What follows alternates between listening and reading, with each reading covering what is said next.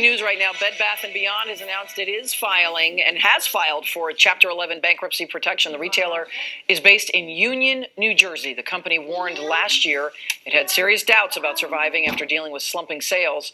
Bed Bath & Beyond has closed hundreds of stores and cut jobs in recent years. The company says its remaining stores and websites will remain open for the time being. Bye-bye, baby. Bye-bye, Bed Bath & Beyond. Hello everyone, this is Jake from Let's Go Resell. I got a video I wanted to get out very quickly today regarding the recent announcement of Bed Bath & Beyond and their Chapter 11 filing this morning. And it didn't come as a surprise. We all knew this was going to happen. We didn't know when it was going to happen. We thought it might have happened earlier, but it finally did happen.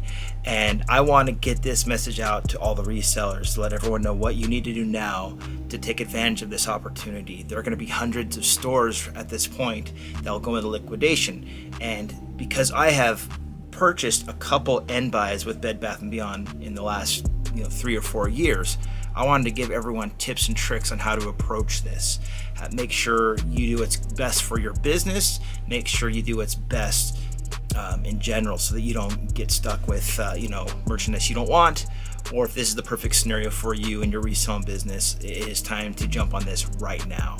So let's get into it. First of all, I got this email this morning from Bed Bath & Beyond, and it says this: to our dear valued customers, earlier today Bed Bath & Beyond filed for voluntarily Chapter 11 protection. We appreciate that our customers have trusted us through the most important milestones in their lives, from going to college to getting married to settling into a new home to having a baby, and we wanted to reach out to you and explain what this means. Yeah, let's skip that part. Let's get to the good stuff. We wanted to make sure that you're aware of several changes coming soon. We expect to process returns and exchanges in accordance with our usual policies until May 24th, all for items purchased prior to April 23rd. We expect gift cards, gift certificates, and loyalty certificates to be accepted through May 8th. This is very quick. This is coming in a couple weeks. They're no longer going to accept that. We will no longer accept coupons or welcome reward discounts beginning April 26th. I have like $50 that I need to use. How many days do I have now? I need to use the next 2 days. So tomorrow I am heading over to my nearest Bed Bath & Beyond, and I'm gonna use my $50 rewards money because I have 2 days to use it. Very good to know. We expect all in-stock orders placed online both prior and after our bankruptcy filing to be fulfilled at this time. So anyways, that's what came out this morning, hit this morning, and because I have done a few of these end buys, I know that it's not just going to be me going for the ones near where I live.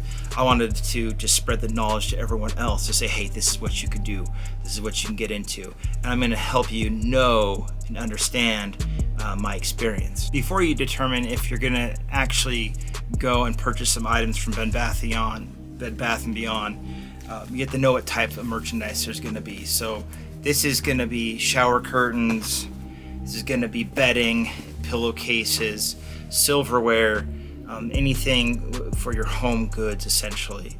And if that fits in your store, that's perfect. Also, budget wise, here's what you need to know. If you go on the last day, it's going to be 90% off. The average I've spent in 6 different buys has been around $2 an item. It's been as low as $1.32 an item and as much as $2.17 an item, depending upon what I get and what's remaining left in the store. So you need to determine what you can spend on these items. So if you wait till the last day at the 90% off, I've averaged between $1.32 to $2.17 an item. That's between 6 different buys, and it's never gone up from there. So you're talking significant discounts on these items that sell pretty well. So that's going to be your first thing. Figure out if it fits your store, fits your need, and then go from there. Second of all, you need to understand that you have to act now. If you think there's going to be a way to purchase these items, what you need to do is understand that you need to get in contact with the store. Now, when you get in contact with the store, what you want to do is call and ask for the store manager. Ask for the store manager or the manager on duty, and then be very polite and ask them if you could speak with the liquidator representative. That's going to be the person who is dealing with the liquidator. The store hires a third party who comes in and hires these folks to handle the entire liquidation. This happens even if companies are filing Chapter 11 bankruptcy, and they take care of everything for them. Now, if you get a hold of the liquidator, there'll be a couple things that could happen. They might have someone who's already gonna go by and buy everything. That's not usually the case that I have seen, but that is a possibility. So be prepared that there will be somebody that's already kind of lined up. If that's the case, don't stress. The deal the end buyer gets isn't better sometimes than just the 90% off. So if you can't be the end buyer, my second option would be just to shop the store as it goes through their liquidation cadence. So I would start maybe at 50%, get those items that are probably going to go quickly. Keep checking back into the store, get something at 60, 70%, 80%, and just understand and know when these different cadences are going to drop. Usually they drop either on the day or the week, but in the morning, of course. But you may or may not know. You could try to call the store. They will let you know as well. But know this, the very last day of operation will be at 90%. And if you just get there in the morning, get in line, and prepare to fight the crowd that is inevitably going to form, the line is going to form, and there have been some very interesting situations that I've seen, even being the end buyer, grabbing merchandise. So very, very important. Know if this fits your plan, your reselling business, and then understand if you can afford the amounts. Now, as far as how much I've spent, I spent a couple $1,000s at every end buy. And that's me buying everything, because I have to, right? I've committed to buying the entire lot of merchandise that's left after 90%. And a lot of it's crap, but also a lot of it's really good and does me really well. So it's gonna be up to you to figure out if you have the space for it. It does take up quite a bit of space in my inventory. I do have the fortunate ability to have a ton of space for that, so it's not a bad deal. So if you go with option one and you decide that you want to be the end buyer, you get a hold of the liquidator, they agree to a certain percentage, and that could be anything from 95% off to 98% off. It's really, and I bet you, because they're in full Chapter 11, they're probably going to go deeper into those discounts. If you're able to get the hold of the liquidator, you work out a deal, and everything is set, then there's a couple things I want to tell you that you probably need to do. Number one is make sure you continue to call the liquidator to check on inventory levels at the store. If they're not selling through at a level that's significant, that's good for you, but also you have to anticipate the need of a large vehicle. Do you have some type of truck that you can use, a trailer? I had to rent a U-Haul, and the U-Haul helped me get everything sorted out and back to my house. So figure out inventory levels. Next, on the day of pickup, you want to make sure that you have enough help. I've done this by myself a couple times, and it is a lot of work because you have to fill the carts, usually yourself.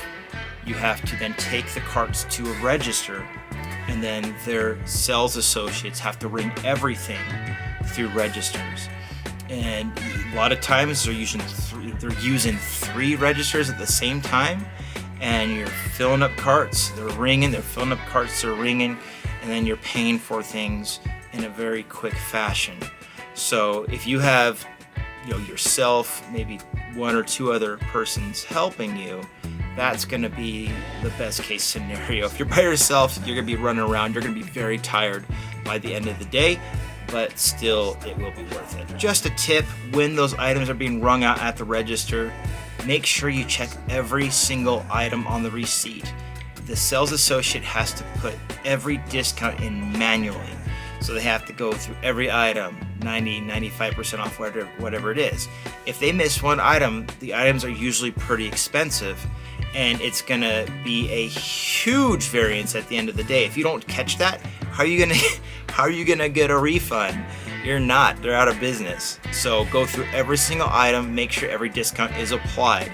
And if at the end of the transaction, say they ring up 150 items and it's, $2,000, they've screwed up. That's too much.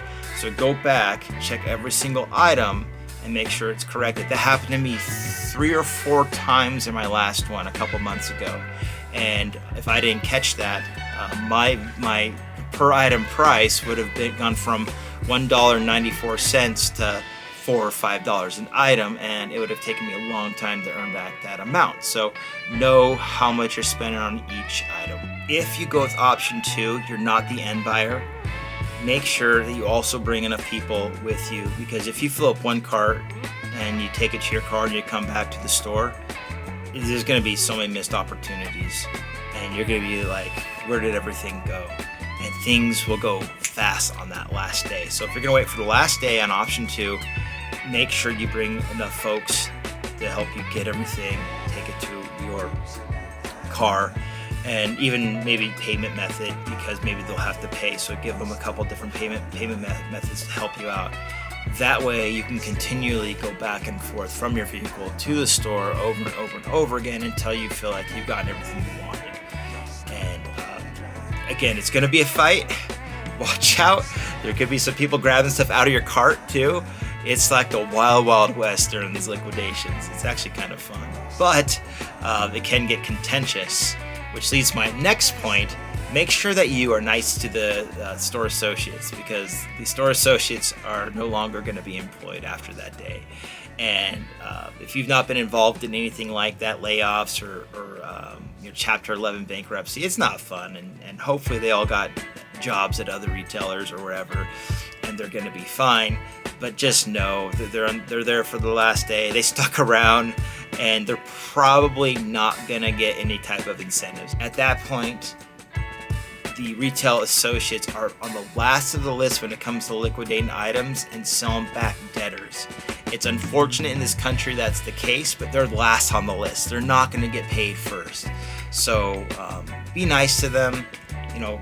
Give them you can't really give them tips, but I mean, it doesn't really matter. Just be as kind as possible. Maybe pay for lunch or something. I always like to do something for the associates because I know how hard it is for them on that last day. So be kind. Make sure that you make friends, not enemies, because who knows, these store folks could go to another retailer. Maybe they'll go into liquidation again. But it always pays off to be very kind to these folks and make sure that they understand that you're there and you understand, and you're not there just to be a greedy reseller. You're there to help out. So there you go, short and sweet. I hope you can take advantage of the Bed Bath & Beyond liquidation. Also, it's Bye Bye Baby as well. So Bye Bye Baby, Bed Bath & Beyond, all of them. Make sure that you act fast on this. If you need any assistance at all, give me a shout out, give me an email, let me know. You can either comment in this video or go to my handle and email me, and maybe I can help you out with some contacts. I know the liquidators, I know some of them, so I might be able to get in contact with you, with them, and whatnot. If you're not getting any traction locally, just let me know. And if not, if all else fails with the liquidator, just get to that store at the right time. And maybe if there's a couple stores in your neighborhood, you can do multiples, and they might go in waves. And if they go in waves, then even better for us, right? Then we can go to one there, maybe travel a state or two. If you're on the East Coast, on the West Coast, it's a little bit harder, but I'm very excited to see how everyone can benefit from a very unfortunate situation from Bed Bath & Beyond. So catch you on the next one. Thank you for hanging out. Like and subscribe. Take care.